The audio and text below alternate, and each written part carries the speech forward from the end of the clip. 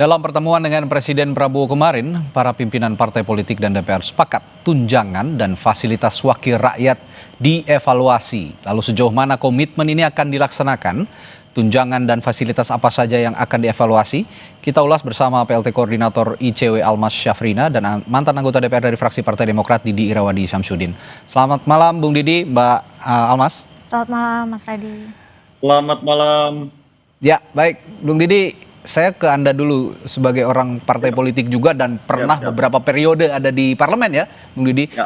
Saya ingin tanya, tadi pernyataan tiga periode saya, tiga periode ada di parlemen. Saya ingin tanya juga, Ketua Umum Anda, Mas Agus Harimurti Yudhoyono menyatakan tidak setuju dengan tunjangan rumah yang diberikan kepada anggota DPR. Tapi kok terkesan terlambat begitu, Bung Didi? Kenapa baru sekarang dikeluarkan statement atau pernyataan itu? Kenapa tidak dari kemarin-kemarin pada saat tuntutan publik itu sedang kencang-kencangnya?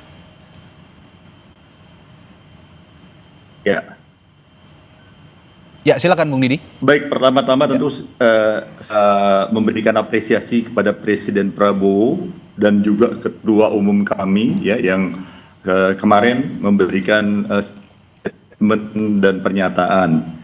Saya kira untuk suatu hal yang baik tentu ada istilah yang terlambat ya.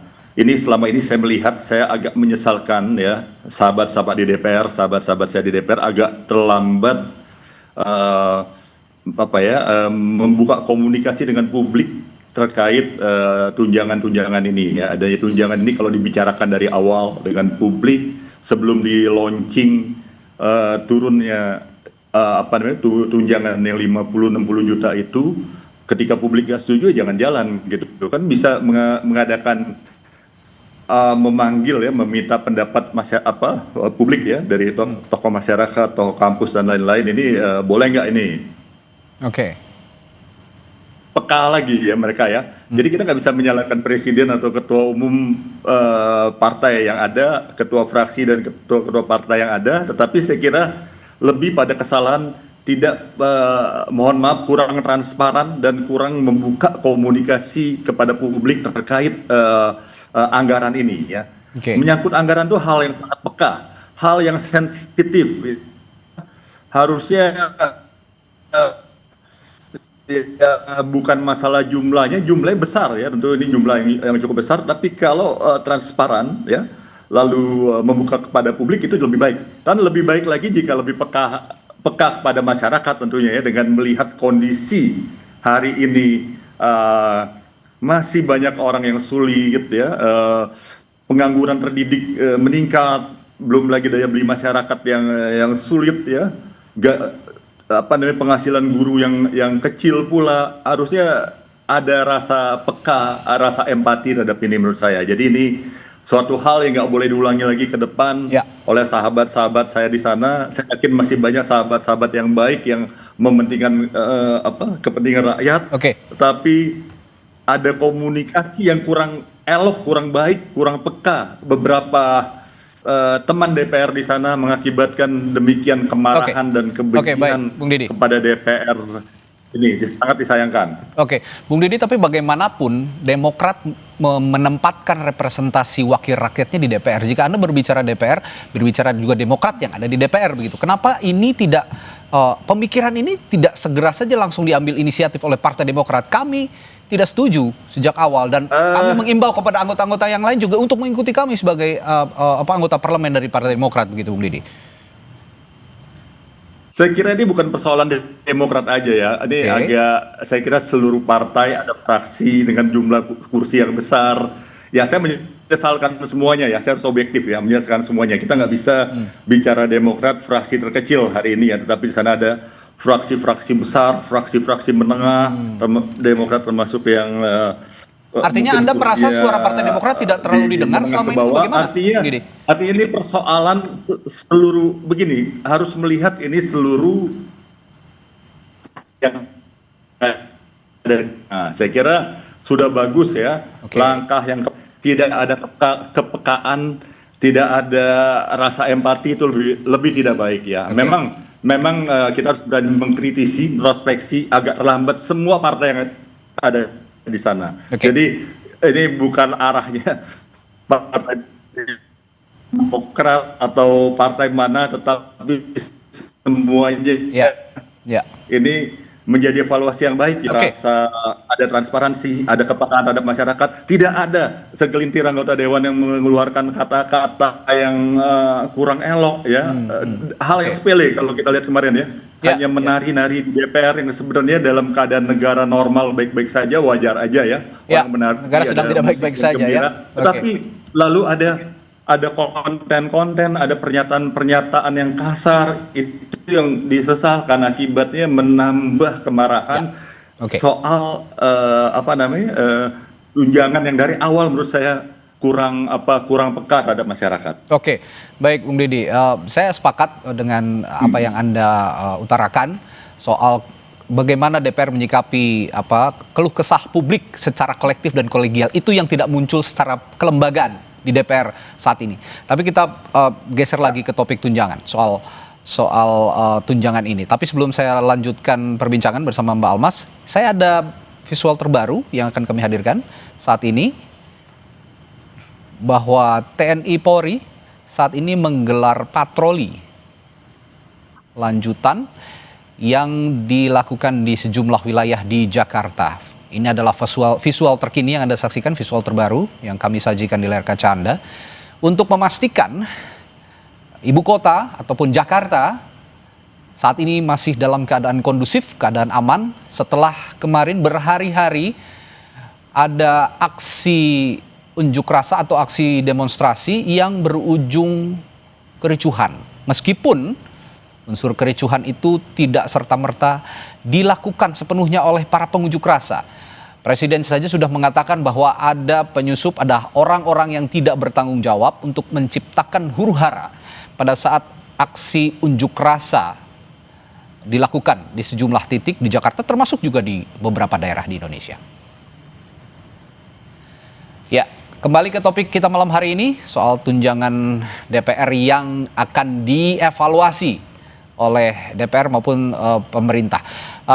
Mbak Almas, kalau melihat beberapa item tunjangan yang sekarang diberikan oleh DPR, saya yakin ICW sudah mengantongi beberapa item itu ya. Apa yang harus dievaluasi? Kalau kemarin Pak Prabowo mengatakan bahwa harus ada evaluasi terhadap tunjangan, tapi tidak secara spesifik tunjangan apa yang seharusnya item-item mana saja yang harusnya dievaluasi? Iya, sebetulnya kalau dilihat memang gaji pokok DPR itu kecil, tidak terlalu besar. Tidak terlalu besar, 5 jutaannya tergantung lah jabatannya ada di posisi apa begitu ya. Tapi komponen tunjangannya kan banyak sekali. Ada tunjangan jabatan, tunjangan komunikasi, bahkan kemarin yang juga sempat ramai karena terjadi kenaikan yang sangat signifikan, misalnya tunjangan terkait dengan beras, bensin dan sebagainya begitu ya. Jadi saya rasa kalau misalnya akan dilakukan evaluasi, ini yang dilakukan evaluasi adalah evaluasi yang menyeluruh. Bahkan menurut kami di ICW yang dievaluasi bukan hanya terkait dengan gaji atau tunjangan yang didapatkan oleh anggota DPR, tetapi item lain ya? Iya, tetapi sehubungan dengan anggaran DPR itu sendiri. Terkait dengan kemarahan publik ini, Mas, ini kan bukan hanya terkait bahwa tunjangannya naik signifikan, angkanya besar seperti tadi disampaikan oleh Pak Didi ya. Tapi saya lihat ada dua persoalan yang lain. Satu, ini berkenaan dengan kekecewaan publik atas kinerja dari DPR selama ini. Dalam artian kinerjanya sedang dipertanyakan, kok gajinya malah naik, tunjangannya malah naik begitu. Kemudian yang kedua, ini berkaitan dengan momentum. Ini yang tadi disampaikan, sepertinya anggota DPR kita atau DPR secara kelembagaan itu tidak peka ya dengan kondisi kesulitan ekonomi masyarakat. Di tengah misalnya ada kenaikan harga beras, kemudian ada kesulitan mengakses lapangan kerja, PHK di mana-mana, kemudian masyarakat dicekik pajak begitu ya. Tiba-tiba anggota DPR kita, wakil rakyat kita itu mendapatkan tunjangan yang naik signifikan. Kalau soal besar dan kecilnya mungkin kita bisa berdebat karena anggota DPR juga menyatakan untuk tupoksi atau posisi strategis sebagai anggota DPR, ya angka tersebut menurut mereka itu adalah angka yang tidak bisa dibilang besar begitu ya. Tapi untuk dua hal yang tadi ini saya rasa ya sangat disayangkan ya ketika DPR tidak peka terhadap kondisi kesulitan ekonomi masyarakat. Dan kami di ICW juga mendorong, ini kan anggaran DPR luar biasa besar ya, cukup besar. Ada 9,9 triliun kalau tidak salah di tahun anggaran saat ini. Dan satu-satunya lembaga negara yang tidak diefisienkan ya oleh pemerintah. Ya ada beberapa pos lah kementerian atau lembaga yang tidak sejalan ya dengan prinsip efisi atau kebijakan efisiensi anggaran yang selalu digaungkan oleh pemerintah sejak awal pemerintahan begitu. Sehingga itu tadi tidak hanya soal gaji dan tunjangan, tetapi misalnya terkait dengan anggaran kunjungan kerja, baik itu di masa reses di dan masa sidang, di luar sidang dan sebagainya begitu ya. Karena satu, anggarannya luar biasa besar, kemudian yang kedua juga bagaimana akuntabilitasnya. Karena anggarannya besar, tapi kok salah satunya ya misalnya produk legislasi yang dihasilkan banyak mendapatkan kritik, misalnya dianggap tidak partisipatif, tidak transparan begitu ya, sehingga banyak produk legislasi yang dihasilkan oleh DPR ya berujung di judicial review Mahkamah Konstitusi begitu. Sehingga ini saya rasa yang kemudian mengakumulasi kemarahan publik ya, tidak hanya soal besaran tapi juga terkait dengan kinerja DPR selama ini yang ini tidak hanya anggarannya loh yang naik, tapi jumlah anggotanya kan juga naik terus ya.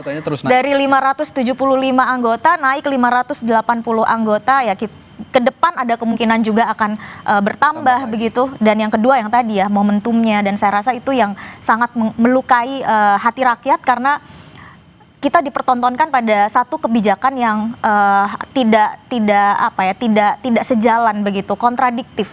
Kita ini sedang efisiensi atau tidak sebetulnya, karena kok fasilitas untuk pejabat misalnya yang sangat ramai soal tunjangan rumah begitu ya, itu sampai mencapai 50 juta per anggota DPR. Artinya ini menurut Anda satu keharusan yang sangat mendesak, sesegera mungkin diimplementasikan atau masih bisa diulur-ulur lagi, atau harus sesegera mungkin ini diimplementasikan soal tunjangan dievaluasi kembali ini? Ya, dengan melihat kritik publik yang sangat besar ya, ini kan di sisi lain kita perlu juga melihat bahwa ini publik sangat melihat perhatian dengan DPR, punya harapan yang besar kepada DPR begitu ya, karena kalau kita punya wakil rakyat yang bagus Mas, di mana dia juga mengemban fungsi legislasi, anggaran, pengawasan, kita berharap DPR ini kalau kerjanya bagus ya dia bisa menjalankan fungsi pengawasan eksekutif misalnya yang lebih bagus lagi begitu ya, sehingga harapan ke DPR ini besar sekali. Jadi saya rasa perubahan atau evaluasi reform ke depan ini tidak bisa ditunda lagi, harus sesegera mungkin dilakukan. Ada satu hal juga yang menarik Bung Deddy yang disorot publik selain tunjangan, apa juga tadi soal gaji dan juga tadi pendapatan lain dari DPR. Yang juga jadi sorotan adalah penghasilan DPR yang tidak ditanggung dipungut pajak, ditanggung negara. Nah, ini akan dibayar sendiri atau bagaimana kira-kira?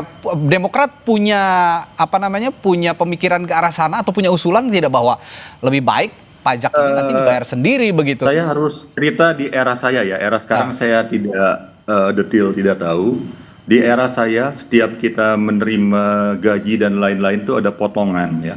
Potongan langsung dari gaji itu. Apakah beda dengan sekarang saya nggak tahu. Harusnya sama ya, ada potongan-potongan 15% kalau saya tidak salah ya, ada potongan itu.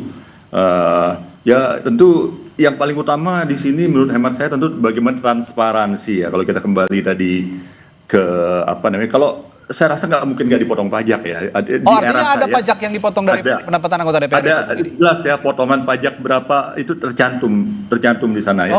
Tapi itu tidak pernah dikomunikasikan sehingga mungkin sekarang menghadirkan mispersepsi publik. Misalkan kawan yang sekarang, mohon maaf ya. Misalkan melakukan komunikasi, harusnya ada website ya yang bisa publik mengetahui. Harusnya ada itu website itu ya, publik mengetahui berapa gaji, berapa tunjangan dan lain-lainnya. Yang persoalan kalau kembali ke tadi tunjangan rumah yang 50-60 juta. Menurut hemat saya ya, ini kita kembali ke rumah dulu ya, masa rumah. Rumah itu masih, seingat saya masih baik sebenarnya, perlu perbaikan saja. Ada rumah-rumah DPR itu kan pemicunya dari rumah ini kan. Lalu tunjangan perumahan ini dihilangkan, diganti berupa uang. Tapi alhamdulillah Presiden maupun pimpinan-pimpinan partai sudah melakukan sikap untuk tidak tunjangan itu nggak keluar. Tapi kembali ke rumah ini, rumah-rumah ini menurut saya masih bagus.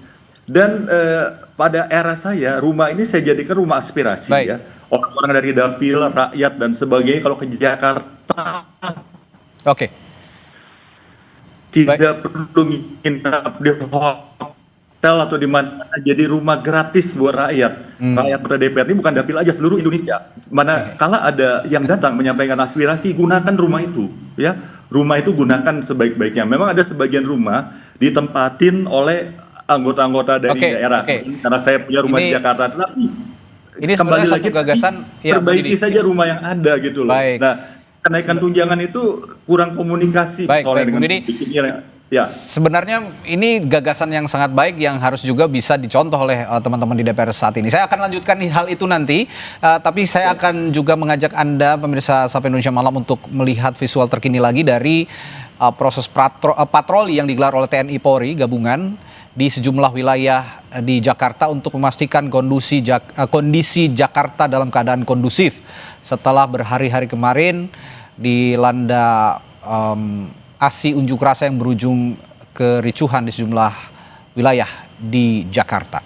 Dan perbincangan soal tunjangan DPR yang akan dievaluasi ini akan kami lanjutkan di Sapa Indonesia Malam sesaat lagi. Tetaplah bersama kami.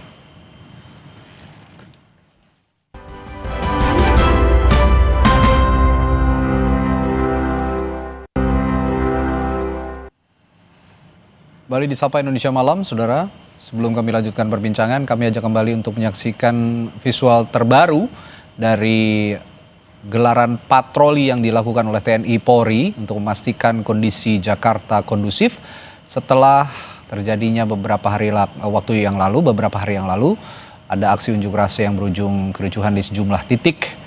Dan tentu saja sekali lagi saya katakan bahwa ini kerusuhan yang terjadi atau kericuhan yang terjadi bukan semata-mata karena pengunjuk rasa, tapi ada hal-hal yang tidak diinginkan yang juga dikembangkan oleh pihak-pihak tertentu yang ingin adanya huru-hara seperti yang juga sudah ditegaskan oleh Presiden Prabowo Subianto. Ya, kembali ke perbincangan kita malam hari ini. Saya ke Mbak Almas. Mbak Almas, tadi kita bahas soal pajak yang dibayarkan oleh negara. Jadi gaji anggota DPR ini memang dipungut pajak, tapi pajaknya dibayarkan oleh negara. Beda sekali dengan pekerja seperti kita ini yang membayar sendiri pajak penghasilannya. Apakah ini juga menurut Anda perlu dipangkas atau perlu ditinjau ulang? Jadi memang ada di peraturannya ya, peraturan Menteri Keuangan tahun 2010. Nggak tahu nih kalau ternyata berbeda lagi ya, karena tadi ada bantahan. Tetapi yang kami ketahui, yang ICW sudah coba cek begitu ya, memang anggota DPR itu bukan bebas pajak, tetapi pembayaran PPh 21-nya itu dibebankan ke APBN atau APBD begitu. Dalam artian ya dibayarkan oleh negara dengan jumlah-jumlah yang sudah diatur oleh undang-undang begitu ya, sehingga itu juga yang kemarin juga memicu protes publik begitu ya, karena di saat yang bersamaan juga Kementerian Keuangan misalnya mengeluarkan kebijakan-kebijakan terkait dengan pajak yang memicu pertanyaan publik begitu, kritik publik, sehingga saya rasa memang soal tunjangan dan gaji anggota DPR tadi, fasilitas-fasilitas yang dimiliki ini harus dievaluasi secara total begitu ya, termasuk misalnya anggaran-anggaran lain terkait dengan kinerja DPR itu sendiri. Oke, balik ke Bung Didi, gagasan untuk mengefisienkan anggaran yang ada di DPR kira-kira berdasarkan pengalaman Anda 3 periode di DPR yang bisa Anda berikan kepada teman-teman yang sekarang ada di DPR, bagaimana Bung Didi? Saya kira usul yang baik ya sampaikan Presiden Prabowo, Ketua Umum Partai Demokrat dan seluruh Ketua Umum Partai yang mendukung. Tentu efisiensi dan efektivitas anggaran harus dilakukan ya. Mengingat kembali lagi bahwa situasi masyarakat yang masih banyak masyarakat yang masih sulit ya.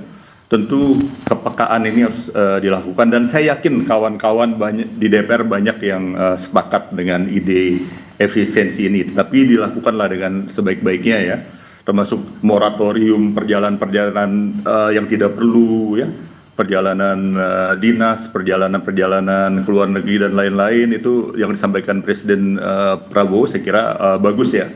Dan ini kan isu rumah jabatan ini yang sebagai ini ya, kenapa nggak rumah itu segera diperbaiki saja ya, daripada rumah itu rusak, rumah itu bocor, rusak, kan bisa digunakan yang seperti saya katakan tadi, jadi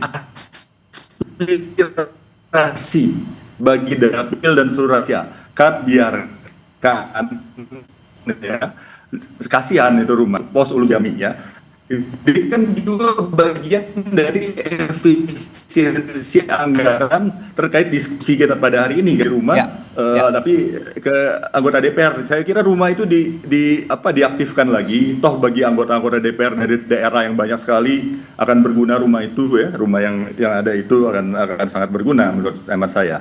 Jadi sepakat saya yang disampaikan Bapak Presiden dan para ketua umum partai untuk mendukung ini suatu langkah yang baik, berarti ada perbaikan dan keinginan yang baik untuk mendengarkan protes dan aspirasi masyarakat. Oke, baik.